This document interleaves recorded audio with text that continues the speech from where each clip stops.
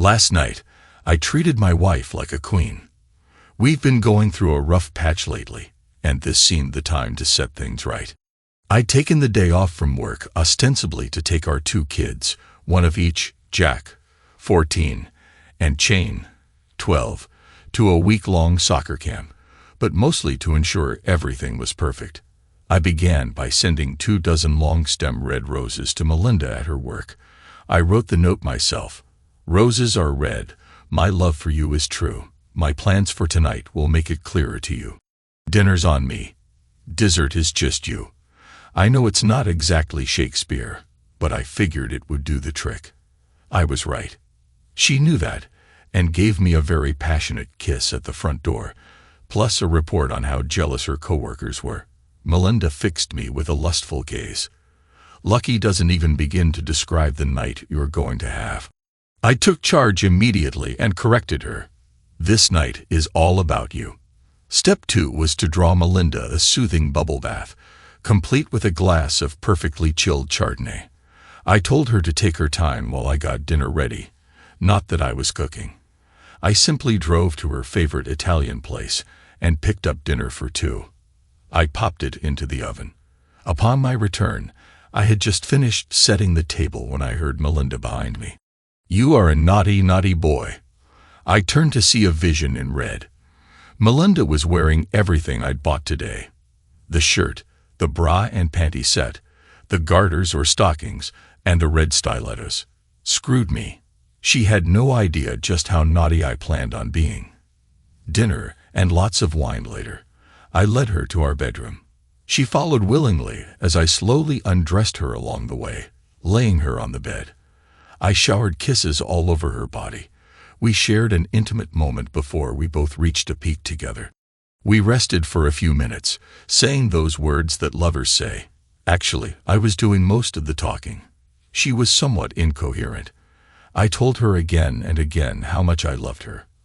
I crawled into bed next to her and fell immediately asleep. I slept very soundly, waking early the next morning. I showered and was out the door before she knew it. I left a note reminding her that I would have to work late to make up for taking the day off. Oh, I definitely had my work cut out for me today. Today, I was sitting in ambush for a 3-04. I checked my watch. Any minute now.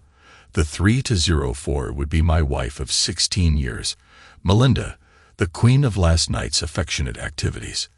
Melinda's been unfaithful for, as far as I can determine, the better part of a year. I've been sure for the last month, suspicious for 2 before that. My suspicions were based on the little things that flow back and forth between couples, behaviors, habits, and most importantly, the easy evasions that hint something's not quite right. For instance, there were lots of little things that by themselves were all innocently explained. Our intimate life being strained while Melinda's dressing sexy was way up. She was feeling it. I sure as hell wasn't getting it. I know it's not much to go on, but one of the primary instances that caught my attention was a night out without the kids. Melinda met me at the restaurant, coming directly from work. Coming directly turned out to be the operative word, because Melinda had the unmistakable glow of someone who just had really good times. It was in her eyes, her face, and particularly in the way she moved that night. When I should have been happy, she begged off intimacy, citing a mild issue. I settled for a friend and decided to find out the truth. So I started checking up on her, monitoring her time away from me, checking the laundry, and listening very carefully to everything she said. It's amazing the things you pick up in common conversations when you really pay attention. I've always operated on the idea that a woman will do everything she can to avoid an outright lie.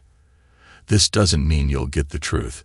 It means you have to really listen and consider all possible meanings of the words being spoken, almost like playing verbal chess with many possibilities. I was surprised at the subtle insinuation of disrespect that permeated our interactions. There was an undeniable condescension. It seemed I had lost my former position in the hierarchy and equality of our relationship. That was difficult to get a hold of her at work on Tuesday and Thursday afternoons, even though in my mind my suspicions had turned to certainty. There was nothing worth going to see a lawyer about. Then I found what I needed. Actual physical evidence, a pair of crusted black sheer panties. I knew the last time I'd seen her wearing these panties was the day we'd had intimacy. The discrepancies between these two dates added up to infidelity, as far as I was concerned. At that point, she was more likely guilty than innocent. Confronting Melinda was a little more problematic. She'd been lying to me for who knows how long. I assumed that she had her cheating excused by some form of rationalization. I decided on a simple, straightforward approach. I suggested another husband and wife-only night out, reminding her that she owed me. I asked her specifically to wear the black sheer panties that night. As we dressed, I reminded her about the panties, and she said I wouldn't be disappointed. Dinner was fine, as I generously poured on the attention and the wine. By the time we got home, Melinda was as excited as I'd seen her in years. Stripped for me. I lay back against the headboard, hands behind my head. "Come on, you lovely thing. Show me what you got." Melinda began to sway, but shook her head. "Melinda, you owe me. We haven't had intimacy in almost a month. Actually, it was just 2.5 weeks, but I wanted her to say that." I waggle my finger at her. "We had intimacy the day you went on that trip. It's only been—" She paused. 2 weeks. 2.5 weeks. Fine, 2.5 weeks. One fact. Agreed. "Come on, you lovely thing. Take it off." "Okay, but don't expect this every time you take me out." I nodded as Melinda slowly disrobed. She unzipped her skirt, pulling out the panties. "Hey, who's doing the striptease anyway?" She was trying to joke, but I heard the edge in her tone. "Hey, I thought this was about pleasing me. I want to see those." "What's the big deal with those, Tim?" "Common. I'm excited." "You're excited. I gave you those as an anniversary gift last year, remember? They symbolize our marriage, our intimate bond. Come on, humor me. Drop the skirt and let me see those panties." "I couldn't find them, Tim." "All right." She's furious. "They're probably in the wash. You always wash your lingerie together. You have the bra. Where are the panties?" I was not about to let this go. "I told you I couldn't find them." She was getting pissed, and I just got calmer and calmer. "Hey, don't get mad at me. I'm just the guy who gave them to you and asked you to wear them for me." I shrugged innocently. "All you had to do was say something earlier. I wouldn't have insisted if you had told me the truth. All you had to do was be truthful. What's so hard about that?" "So, the last time you wore them was right before my trip. I remember, because you looked so lovely in them when we were getting ready for bed. You took them off. Hey, maybe they got kicked under the bed. Look, Tim, can we just forget about the panties right now?" The excitement was draining from her face. I could see a glimmer of doubt in her eyes. "Can't you just make love to me?" "Sure, no problem." Melinda sighed in relief. I wasn't done with her yet. "I think I remember where I bought those. They'd really meant a lot to me." "Yes, Tim." Her voice was edged with weariness. I could see that she stepped back from the bed, her desire clearly ebbing. "The last time I saw you with them on was right here in this room." I rolled off the bed and knelt beside it, lifting the shade. "You took them off before we had intimacy, right? I think you were standing right about here." "Remember?" "I remember, Tim. I was standing here. I took them off, and we had intimacy, but now I'm standing here. I'm not wearing them, and I seem to be developing a headache. I think I'll give you a rain check on the rest of the evening." Melinda began to pick up her clothes. "Well, what's the problem? They're just panties, no big deal." Melinda looked miserable. "Are we okay?" "Melinda, is there something you want to tell me? I mean, it's been 2.5 weeks since we had intimacy, and I make a simple request, and now I'm in the doghouse. Why didn't you just tell me that you didn't know where the panties were? What's so hard about being honest with me? Why would you try to hide something like that?" "I don't know. I didn't want to disappoint you. I know it's been a while since we've been together. We're both so busy with careers and family. I guess I've turned nothing into a big to-do. I am sorry." Me too. Well, how about we reschedule?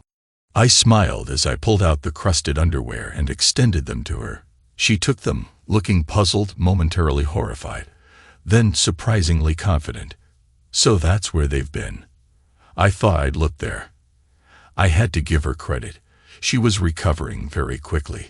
Go ahead, put them on. They're filthy, Tim.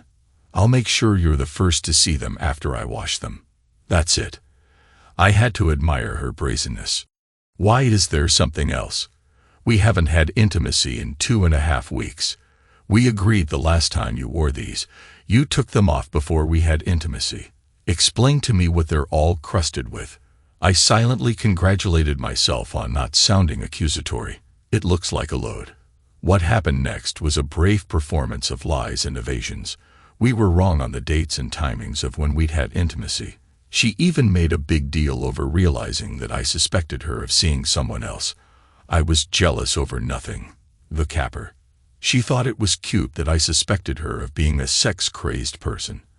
I apologized profusely for my jealousy and poor memory. I watched the look of conquest glow from her. I'm sure she thought everything was all right. It wasn't all right. She was wrong. It wasn't nothing. And there is nothing cute about being a 3-0-4. I knew that much. My apologies dissolved into a white-hot quiet anger. My anger ushered in a change of perspective. I was no longer in doubt. I knew that she was seeing someone else. As far as I was concerned, our marriage was over. I knew, and soon she would know that I knew. When you're no longer in denial, you can actually find out a lot in a very short amount of time. I wanted incontrovertible evidence, basically, to catch her in the act.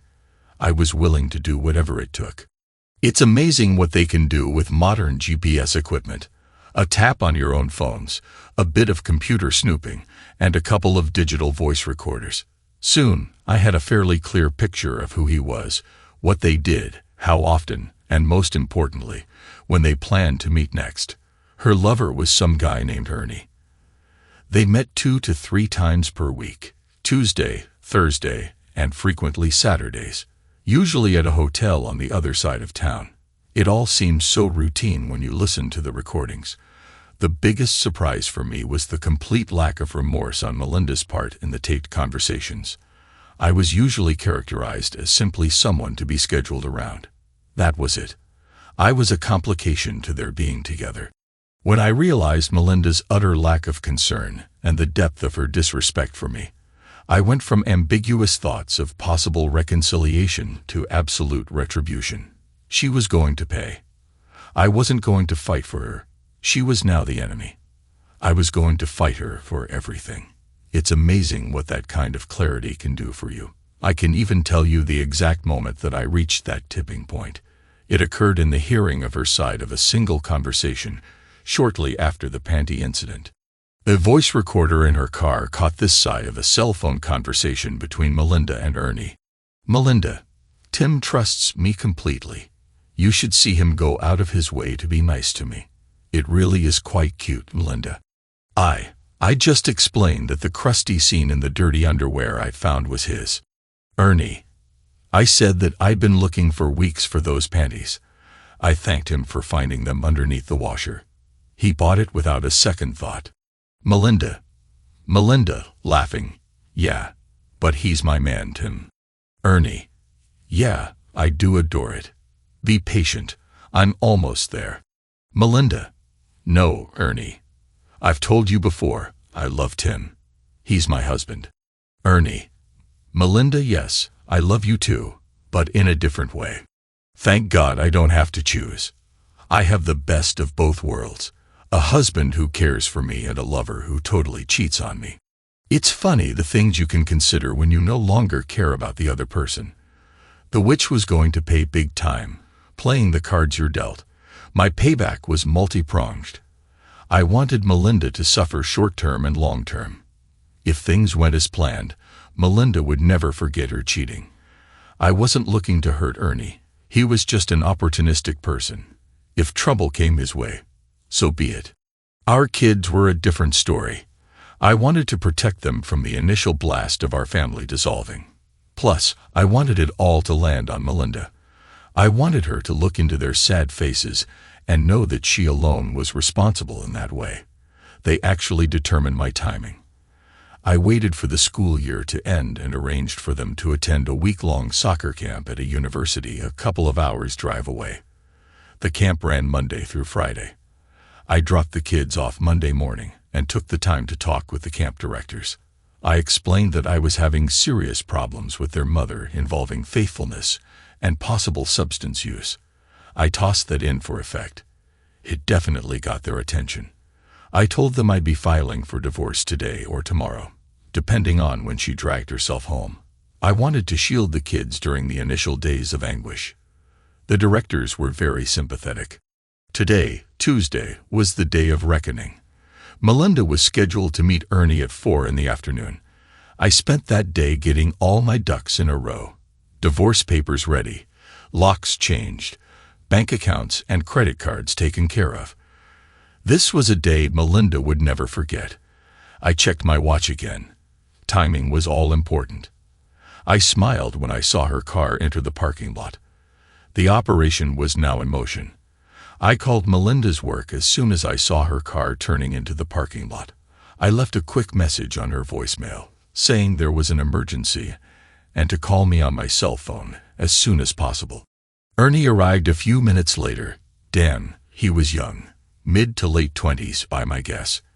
Any remaining trepidations about my intended course of action vanished when I saw Melinda enthusiastically kiss Ernie. I called her cell phone while she was still kissing him. She looked at her phone and did what I thought she would. She let it ring. I hung up at the start of her voicemail and called again. I figured she would either turn her phone off or lock it in her car. That way she had plausible deniability if I was to ask her later why she didn't answer. She chose option number 2 and locked the phone in her car. That's when I left a message that said there was a family emergency and that she needed to call me as soon as she could.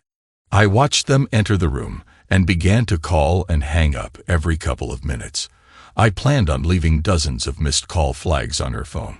I waited about 20 minutes, figuring they were at the very least alone, if not being intimate, then drove to a spot next to Melinda's car. I opened my trunk, trying to look natural in case anyone was looking my direction. All they would see is some guy with the trunk of his car open. Did you know you can unscrew the inner part of a tire valve stem and the air rushes out in no time at all? In less than 3 minutes, I deflated both tires on the driver's side of Melinda's car and screwed the inner valves back into place. I took half a dozen roofing nails that I had shortened to about 1 inch in length and pushed them into the thick portion of the tire tread. It looked as if she'd run over a bunch of nails. Tough luck. Ernie's truck received some special treatment. Okay, I wasn't looking to physically hurt Ernie, but since I had the opportunity, I decided to screw with him too. I had borrowed a small floor jack, so I jacked up the front of his car and loosened the oil pan bolt until it was just holding on. I lowered his car, put the jack in my trunk, and closed it. I was finished with everything in 15 minutes. I drove off and waited for them to finish. They came out of the room 2 hours later with more kissing and hugging. The only noticeable difference was that Melinda's movements were more languid and affectionate. She gets that way after intimacy. Her movements were anything but languid when she saw the 2 flat tires. She was gesturing and waving her arms around as she walked front to back alongside her car. Ernie must have said something stupid because she turned and said something that had him putting his hands up in front of him as he shook his head and backed away. Idiot. I called her phone. She looked in the car and fished around in her purse for her car key. I swear you could see her flinch when she saw the number of missed calls. It was showtime. I saw her dial and prepared myself for my performance. Hello, Tim. Where have you been? Her voice sounded shaky and nervous. My God, Melinda, where have you been? I was yelling into the phone. I paused to take a breath. You don't have to yell to me. I can hear you just fine. I've been trying for hours to get a hold of you. Where are you? Why aren't you at work? I had my voice pitched right at the edge of panic. Melinda started to stammer out some lame excuse. I started talking over her. I began to crunch some paper and break up my speech pattern. Be quiet and listen. There's been a serious situation at the soccer camp. Both kids have been taken to the hospital for emergency surgery. The doctor isn't sure if they'll make it. Hurry, my battery's dying. Did you get that? Medical center. I'll meet you there. Hurry, Melinda. I hung up and turned off my phone. I could see her shouting into the phone. Then she swung into action. Melinda pushed Ernie to his car, and soon they were heading for the freeway. I waited until they were out of sight, then drove to Melinda's car. I pulled the phony nails out of her tires and refilled them both with cans of Fix-A-Flat. She was going to need her car fixed before the end of the day. I had 2 more calls to make before I drove home. I headed for the freeway. They would be taking it to get to the university. I stopped at the first emergency call box on the freeway and pulled out 2 of my voice recorders. I was soon talking to the State Highway Patrol. I pitched my voice low and added a southern drawl. Hi, officer. I want to report a case of road rage, I guess you'd call it. I was going to speed limit, I said with emphasis, and this blue Toyota pickup just came flying up behind me, right on my bumper. Excuse my language. I should have pulled over, but well, anyway, this crazy guy starts leaning on his horn. Then he swings out around me. I'm surprised he didn't hit anyone and swerves up right next to me. Almost hit me bad. As that was. I mean, I have my wife and kids with me. Then he sped up and cut right in front of me. I got a partial plate. Just the last 3 numbers. 392. My name is, I pressed recorder, and an angry female voice blared out of the speaker. Tell them about the gun, Harold. I saw a gun. That crazy a hole flashed a gun at you. I turned away from the phone. Honey. I didn't see it. Look, I'm just telling them my name. I pressed the second recorder so those crazy people can track us down and kill us. Hang up, Harold. Hang up right now, like this, Harold. I disconnected the call. I'd recorded those phrases with a woman at work who had a boom southern drawl. I told her it was for a practical joke on my shiftless brother-in-law. She'd given me half a dozen takes without batting an eye. I got back in my car and headed home. On the way, I called the soccer camp people, and in a world-weary voice, I informed them that telling my wife I was divorcing her had not gone well. I told them that she had gone ballistic and threatened my life. I warned them that she and her lover might be on the way there to try and take the children. I told them I was just calling to be certain that they wouldn't release the children to them, as my wife's lover was a known substance user, and it wasn't a safe situation for the kids. The camp operators were very understanding. I asked them not to say anything to the kids unless it was absolutely necessary. An hour or so later, I was sitting at home eating pizza and drinking beer. I figured I had at least 1 more hour before Melinda might show up. That would be the case if she was able to contact the soccer camp and determine that the kids were fine. I didn't think that likely, as I had made all the arrangements, and she didn't even have the proper name for the camp, let alone the phone number. If she got to the university, she would then find out that there wasn't a university medical center or hospital. If she got there, I had to smile at that. If the oil drain plug had fallen out, she and Ernie would be sitting by the side of the road.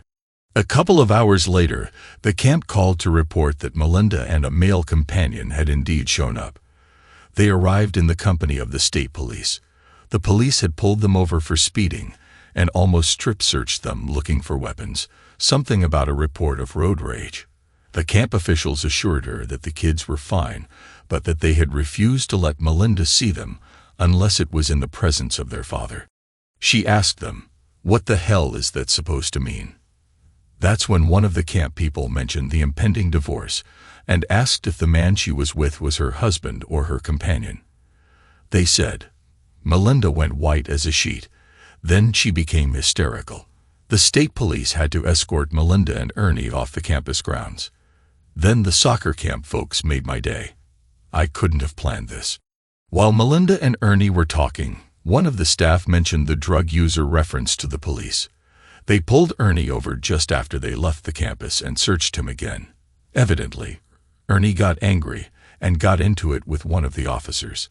They arrested him for driving while impaired. Melinda was deemed unfit to drive due to her emotional state and was taken into temporary custody too. I received a call from the state police. Not long after speaking with the camp folks, I had a very nice conversation with Sergeant Watton. I explained that my wife had been unfaithful and that I'd finally had enough. Melinda was informed this afternoon that I had seen a lawyer and had filed for divorce. I gave the sergeant my lawyer's telephone number. The sergeant asked if I'd stay available as he wanted to talk to my wife. I said sure, but don't be surprised if she denies everything. I even suggested it was okay with me if they wanted to take a precautionary measure, but he declined. Half an hour later, he called back. They were releasing Melinda and that my wife wanted to talk with me. I told the sergeant that she was free to call my lawyer at the number I had provided. He kind of laughed a little when he asked if I was coming to pick Melinda up. I informed them that her car was in the parking lot of the motel where she'd been seeing her companion. He chuckled a little at that. 10 minutes later, the phone rang, and I saw Melinda's cell number on the caller ID. I picked up and said nothing. Finally, after a long pause, I heard an inhalation and Melinda's quavering voice. "Tim, I don't know what you think is going on, but please don't make this any worse than you already have. Your actions have destroyed our family, you unpleasant person." I hung up and turned the ringer off. I would have loved to see her face when she heard the new answering message on the machine.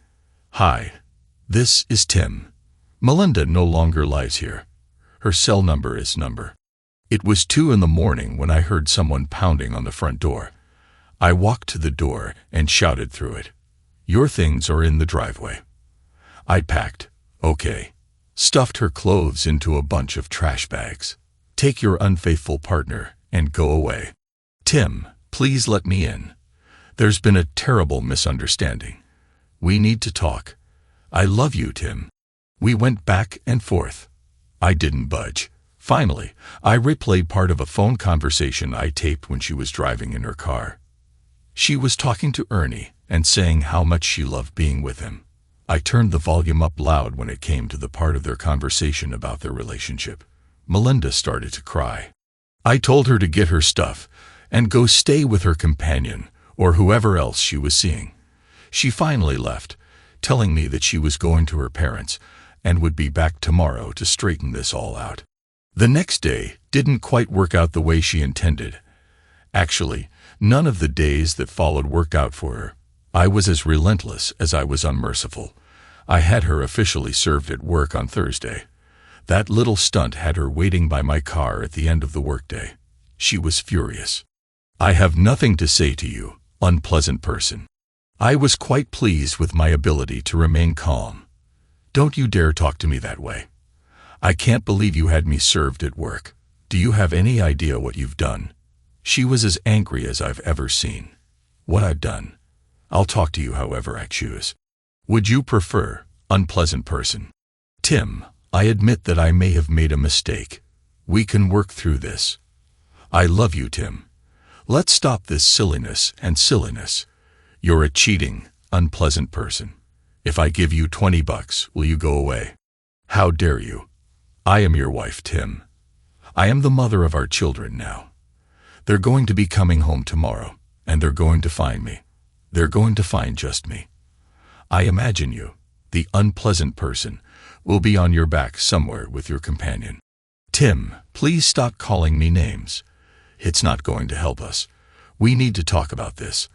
I realize you're angry and upset, but we can work through this. Tim, our marriage can be stronger for this. Would you listen to yourself, you unpleasant person?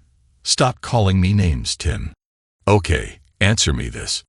I glared at her with an intensity of hatred that surprised even me. She wilted before me. "You chose to be with another man. You stripped before him. You gave him attention and let him be with you. By doing this, you risked everything. Our marriage, our family, my love and respect for you, my health. By the way, dearest, I've been tested, and I'm clean so far. HIV testing is a 6-month wait. She paused at that comment. You risked everything. What did your companion risk? No, it's not like that. Melinda was shaking. You risked everything. He risked nothing. What did you get? Tell me what you got. You're about to lose everything, Melinda. What did you get from your companion? What did you get for throwing all of this away? She just shook her head, unable to speak. That's exactly right. You got nothing. No jewelry, no trips to romantic locales, no cars, nothing. No secret bank account, no suitcase full of money, not one thing. Did you? You got nothing. Well, you're right about one thing. I have absolutely no right to call you an unpleasant person.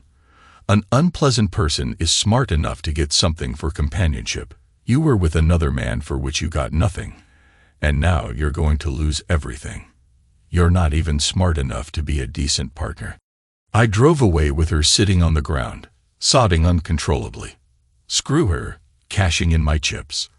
I'd arrived at the lawyer's office right on time. I had even stopped by the house to shower and dress in a suit. I wanted her to see me at my best. I sat opposite her in the lawyer's office. If I cared for her in any way, the look that Melinda leveled at me should have wrung my heart out. Her pain was palpable. My expression remained calm and impassive. My resolve was unwavering. She made one last effort to put off the inevitable. I simply glanced down at my watch, then back up at Melinda. Her shoulders slumped. She picked up the pen and asked, "My lord, where to sign?" Victory was mine. I felt like I wanted to do some silly dance. The first document she signed was the petition for divorce, citing irreconcilable differences. At one time, I had cared deeply that the cause be listed as infidelity. I was fortunate to have a lawyer who really knew how to bring on the pain. The key, she had told me again and again, was in the terms and conditions of the divorce. Success was determined by knowing what the other side wanted and what you could force them to give up in return. The whole signing process was literally a performance. My lawyer and I had choreographed it. There were props and characters. It was really quite impressive. The next document was a name change request. Melinda was being required to revert back to her maiden name. If you don't think that's a big deal, guess again. She was no longer going to have the same last name as her children. That point alone almost sunk the agreement. Oh yeah, that one hurt big time. I watched as Melinda relinquished my surname, tears trickling down her cheeks. A small black tray was placed before her. This time, when Melinda looked at me, her expression seemed hollowed out. Then it hit me, and I actually felt a twinge of sympathy for her. It wasn't just that any hope of avoiding this was failing, it was more than that. The realization of loss was being overwhelmed by the actual reality of surrender. Her losses were suddenly real. These were not negotiating points anymore. She looked at the tray and shuddered as she removed her wedding ring. As soon as she placed it on the tray, it was quickly removed from the room. She twisted her engagement ring on her finger. I had let her keep it, but even that small victory was about to turn to ashes. Do you know why I'm letting you keep that ring, Melinda? I gave you that ring when I asked you to be my wife. I want you to keep that ring to remember all that we promised and all that you've thrown away. I pulled my wedding band off my finger and pushed it toward her. You can have this back. It's still whole and complete. I kept my promises. One of my lawyer's assistants returned with the tray. Melinda's ring had been cut in two. I picked up the pieces and held them in my open hand, then tossed the pieces into a trash can. Worthless crap. Melinda seemed to waver in her chair and reached out to grip the table. Her head was bobbing slightly. My thrill of victory was beginning to fade. I actually began to feel sorry for her as the next document was placed before her, a quitclaim deed for her share of the house. The key here was that the monetary value of her share was being put in a college trust for the children, with her as trustee until they came of age. Finally, we came to the document that had leveraged her acceptance of everything that had preceded it, the custody agreement. My lawyer spoke clearly. Do you fully understand the conditions of this custody agreement? The children remain in the house. Parents alternate living in the house on a weekly basis. The transition of custody occurs every Sunday between the hours of 6 o'clock and 7 o'clock p.m., all expenses to be borne equally until the child finishes college or reaches the age of maturity. If you agree to these conditions and arrangements, just sign at the bottom. I watched my soon-to-be ex-wife sign. The pen fell listlessly from her hand, and she began to cry in earnest. Defeat is not a pretty sight, and it lasts a long, long time. I had been a step ahead of Melinda from the moment she exited that motel room with Ernie. My position was unchanging. Divorce and controlling custody of the kids. I guess she thought she could find a way around all this. I had a couple of things going for me. The kids, of course, were the key. I'd been over and beyond to protect them and ensure that Melinda and her parents had access to them. I also promised not to tell the kids what their mother had done that led to our divorce. That was couched in the language of, "Your mom and dad are parting as partners, but not as parents." The other key was the threat of revealing and releasing video evidence of Melinda and Ernie. Although, truth be told, I really didn't have any. Years before, a friend told me that he'd seen an adult movie starring an actress who bore a striking resemblance to Melinda. I checked it out and had to admit that there was a real resemblance. During the planning phase of my retribution, I turned that resemblance to my advantage by buying a number of those movies. I found a couple of videos with actors that matched a verbal description of Ernie, mid or late 20s, average height and weight, dark hair, etc. By taping portions of the videos off the TV with my camcorder, I was able to produce a pretty graphic motel room session. It looked like video shot under poor lighting conditions. It was especially effective when viewed on the 2.5-inch LCD screen of the camera. It looked like Melinda being with Ernie. Melinda would have spotted it as a fake in a second, but not her dad. We had a meeting where he tried to convince me to give Melinda another chance. He said that he was willing to pay a lawyer to keep the divorce from happening. So I showed the video to her dad. I told him this was one of the easier ones to view, and that I had hours of the stuff. Evidently, he was very effective in persuading Melinda to drop her opposition. I guess I would be too if an irate son-in-law was threatening to email the video to everyone and anyone they knew, family, friends, co-workers, etc. The clincher, when all was said and signed, was the joint custody alternating weeks. I made sure that there was specific and clear language in the agreement that Melinda was prohibited from bringing her companions into the house. I insisted that the plural be used. Colin Ray, you know what's funny. The last thing I expected when getting divorced was the effect it seemed to have on women. I'd be lying if I didn't say that my own self-esteem had taken a huge hit after being hurt by Melinda. You can't help but feel you're not much of a man. At the very least, you must be a lousy partner. I was shocked to find out that my new marital status, or lack thereof, was like catnip to women during the divorce. I had stubbornly taken the high ground regarding revenge, sex, or even dating for that matter. That just wasn't who I was. Plus, my lawyer insisted on no additional complications. But as an officially single man with good credit and plenty of disposable income, suddenly I was a catch. And you want to know what was even better? There were a lot of women out there determined to see me through this difficult time. I was pleasantly surprised at the number of women willing to help me get back in the saddle, so to speak. They were so persistent that I began to look forward to my time living at home with the kids. I needed the rest. I had offers from women at work, from acquaintances, including some who were good friends with Melinda, and even from fellow residents of my new apartment building, where I stayed during my off weeks. This is how the first time happened. While I was still moving into my new place, I'd ordered pizza, so the soft knock indicating its arrival wasn't unexpected. The delivery person sure was.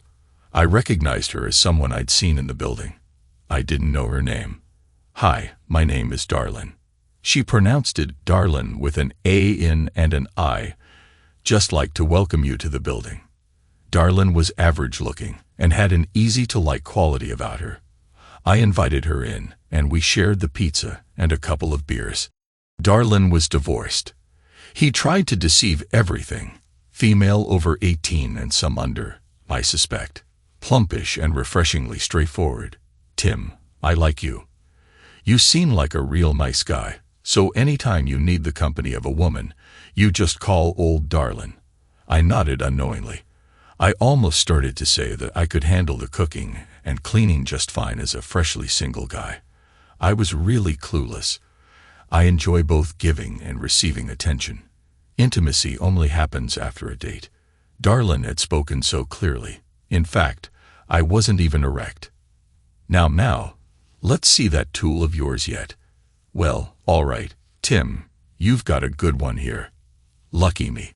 It was without a doubt the weirdest proposition I had ever received. It was followed by one truly excellent attention. There's just something to be said for a woman who truly enjoys giving attention. I realized that Darlin was such a woman. Lucky me. It wasn't just her enthusiasm. It was her technique too. I can't begin to describe what she was doing, mostly because my head was tilted back in unrestrained joy. The next night, the attention was repeated, followed by my reciprocation. By the end of the night, we were having a meaningful connection. I'd managed to convince her that the pizza dinner we'd shared the night before counted as being a date. We started having intimate moments frequently. Not that we were exclusive, far from it. A couple of weeks after we'd taken up, Darlin had to go out of town on business during one of my off weeks, so she sent a friend over. Rhonda wasn't into intimate moments as much as Darlin, but oh God, could that woman connect? I have to admit that I was a bit of a 304 at first. I bet it. Well, it's probably more accurate to state that I connected and was connected by 17 different women during the first year of my divorce. The connection was great, if a little empty. I freely admit that I missed the intimacy that Melinda and I had once had. On the other hand, that missing only fueled my continuing anger toward her. I made no effort to hide my amorous activities from her. I enjoyed seeing that hurt in her eyes every Sunday evening. Slowly, things settled into a routine. Even the kids seemed to be doing okay. Holidays were painful, especially the first time through, but we managed. Months became years, and we all got older, if not wiser. It was 4 years post-divorce that the unexpected happened. I fell in love. Laying down my cards, the kids were involved in a youth group at church. The group went on all kinds of outings, including a couple of snow weekends. I was asked to chaperone on occasion, and was more than happy to help out. It was during a ski trip that Jillian, one of the other chaperones, she was the sister of one of the youth ministers, broke her arm after first aid was rendered by the ski patrol. I was asked to run her down the hill to get it x-rayed and put in a cast. The hospital, once we got there, was swamped due to a traffic accident, and we ended up going across the street to eat and kill a couple of hours. Jillian was cute rather than beautiful, and all of 25. As we talked, I became aware that we had real chemistry between us. I found myself deeply attracted to Jillian. She did nothing to dissuade me. It took me a month to summon the courage to ask her out on an official date. After all, I was 21 years her senior. She accepted. She told me her dad was 12 years older than her mom, and they were still together, and we began to date. I slowly let go of my anger over the next few weeks as Jillian, and I got serious. Everything was happening fairly fast. Jillian and I were a couple of months into our relationship. Yep, that's what it was. When Melinda asked if I was in love with Jillian, I was all prepared to deny it. When I realized I couldn't lie about something like that, I answered with a quiet yes. Melinda just nodded and then hugged me. You deserve to be happy. I was stunned. 1, that I realized that I really did love Jillian. 2, that Melinda sensed and accepted it. And 3, when I told this to Jillian, she simply smiled and said, it had taken me long enough. For the first time in years, I realized that I was truly happy. I was actually content within myself. That was when I understood that there was something very important that I needed to do. I had accepted Melinda's apology for her unfaithfulness years ago, but at the time, I refused to forgive her. It was time for me to formally forgive Melinda. During the drive over, I recalled Melinda's effort at apology and explanation. The first time hardly counted. It was just before we signed the divorce and custody agreements. Melinda had asked for a half-hour meeting, just the two of us, before signing. I knew what she was going to try and talk me out of divorce. I went prepared. On the way to the meeting, I played recordings of Melinda and Ernie's intimate conversations. I spent the entire half hour looking at her like she was less than dog. When the half hour was up, I looked at my watch and picked up a pen. She knew she had failed. Her second attempt was just after our first round through the holidays, the first time we celebrated as a split-apart family due to a quirk in the calendar. I ended up with the kids for Thanksgiving and Christmas. It was a miserable time. Early in January, Melinda asked to speak with me. That's when I found out she knew I was dating, or as she termed it, your open door, open companionship policy. It went downhill from there. Look, Tim, I know I messed up. I've caused a lot of pain in our family. The holidays were horrible for me, for you, and for the kids. We've all suffered. I know that you've been with a number of different women, and it's just tearing me apart. We are meant to be together, Tim, all of us. I've scheduled an appointment for us with a couples counselor. It's time we got back together. I've learned my lesson. I was so surprised, so stunned at what Melinda had just said that I couldn't respond at first. Then the anger began to flow, and my mind crystallized into cold focus. Learned your lesson, yes, Tim. I will never lie to you again. I will be completely honest. Melinda looked at me with an expression of complete earnestness. I guessed that she believed her own. I see. What about your companions? Does that mean you're planning on giving them up? Singular, not plural. I haven't talked to or seen Ernie since that horrible day. Unlike you, I haven't dated anyone. Oh, I see. I looked at her and nodded my head slowly. So then it's just straight to the sack, or does a back seat or park bench work just as well? How dare you? I have not been with any other man. Period. Unlike you and your wandering lifestyle. I could see that she was getting pretty wound up. I just let her go. Do you have any idea how painful it is to know that you leave the kids and spend your week with anyone willing? 1. We're not married. 2. I'm a single guy now. And 3. Like that means anything. You and I belong together. It doesn't matter that you're single. It's still hurting me. You should stop playing around and give us a chance to get back together. I'd had enough. Look, Melinda, if you're seeking companionship, come on by some night, and we can connect. I always had a fantasy of you, me, and another woman. I'm game. That was pretty much the end of that conversation. Melinda would try again every 6 months or so. It was only about a year ago that she was able to apologize with any real sincerity. She'd been in therapy, and I guess it seemed to help. I realized that as soon as she began to speak, even the tone of her voice was softer than usual. Tim, I want to start off by saying that I don't believe that I will ever be able to realize how deeply I hurt you with my betrayal of our marriage and my unconscionable lying to cover it up. I can't begin to tell you how sorry I am for the pain I've caused you and the kids, all because of my selfishness. It's only through therapy that I've come to understand how despicable and disgusting my behavior was. I am truly sorry. Apology accepted. Melinda went on to tell me that her infidelity, she never called it anything else after that, was a result of undiagnosed depression, a midlife crisis, and a complete breakdown in her values, morals, and ethics.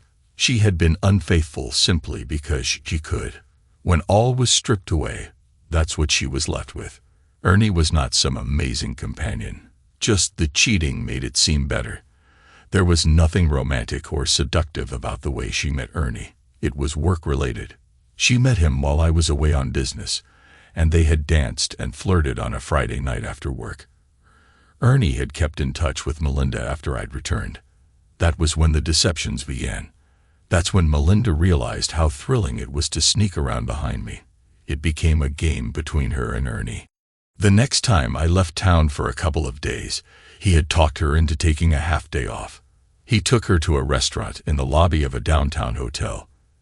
They had flirted outrageously during the meal and drunk a fair amount of wine.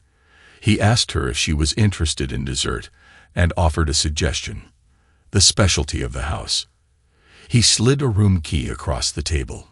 Melinda said she was flattered and declined Ernie's offer.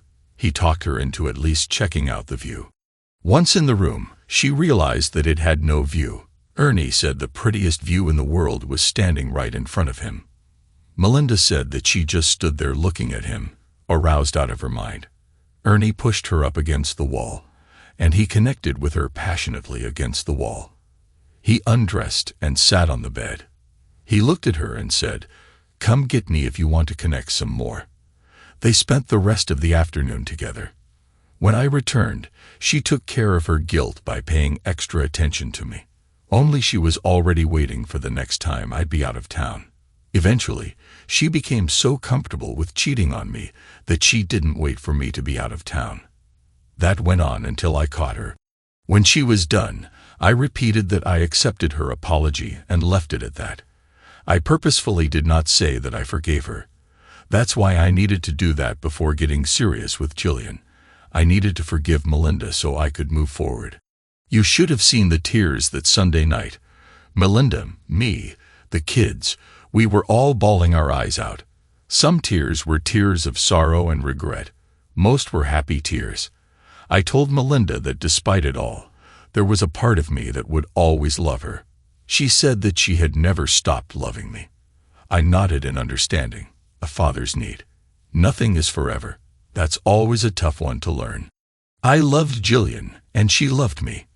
We were happy in our relationship, but both of us acknowledged that marriage was not in our future. For one thing, Jillian wanted kids, and I had a vasectomy just after our first child was born, and was unwilling to consider reversal. Needless to say, our time together had an expiration date. It's just that neither of us knew what it was. We found out all too soon. During one of my off weeks on a Saturday afternoon, to be specific, Jillian was lying on top of me after a particularly vigorous session of intimacy when her mom called. Jillian's dad was in the hospital, fell by a stroke. His outlook wasn't promising. We had Jillian packed and at the airport as soon as we could. We hugged and kissed, and in that moment, realized that we were probably saying goodbye permanently. Jillian started crying. I just tried to hug her closer to me. When they called her plane, we separated for the final time. Her parting words were, "I'll never forget you or ever stop loving you." I maintained my composure until I got in my car. Then I cried. I was alone, and it hurt terribly. I sat there and realized that my anger towards Melinda at the time of our divorce had masked a lot of pain, a pain I had never really dealt with. Then my single and available status had distracted me from any serious introspection. My time with Jillian had changed all of that. It cured me of my anger toward Melinda and reopened my heart to love. Since it was now Sunday morning, I drove to the house. Melinda and the kids realized something was wrong immediately. When I told them what had transpired, they were very sympathetic. Melinda just took over. She made me breakfast, then lunch, and finally dinner. The two of us ended up talking until 1 o'clock in the morning, and then she went home. I didn't sleep well that night at all. During the week, I talked to Jillian a couple of times. Our conversations only finalized what we had both sensed at the airport. Jillian's dad was going to take a long time in recovery, and Jillian was going to stay and help her mom. I was really depressed. The kids were aware of what was going on and were incredibly supportive. Nevertheless, that Friday I found myself very much alone. The kids were out with friends, and I had long since thrown out my little black book. Jillian had cured me of my wandering ways, and I had no desire to return to them. I was contemplating dinner when the doorbell rang. Melinda stood there with a pizza, a six-pack, and a comforting smile. I returned the smile, took the six-pack out of her hand, and followed the aroma of the pizza as she walked past me into the house. We had a delightful evening, chatting until the wee hours again. I was truly sorry to see her go home. Surprisingly, I slept fairly well that night. We've chosen different paths since then, never revisiting what once was. While I've forgiven Melinda, the memories remain etched in my mind, a reminder of lessons learned and scars healed. Thanks to everyone who took the time to listen to today's stories. If you enjoyed it, please consider liking and subscribing if you haven't already. Feel free to share your thoughts on the events in the comments below. Take care.